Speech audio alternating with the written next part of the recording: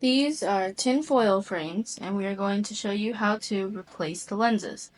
First thing you're going to do is take the screwdriver and unscrew or loosen the screw that's located right behind the lens, or the frontal part of the frame. Once you've done so, you're going to turn the frame around and pull out on the frame and push on the lens. The lens should pop out fairly easily.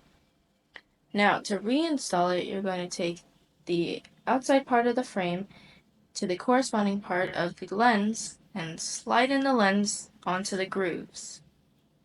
Once you've done so, just push in the other parts that are exposed, and the lens should fit snugly in the frame. Now, just to secure it, we're going to tighten up the screw that we loosened before. And that should be it.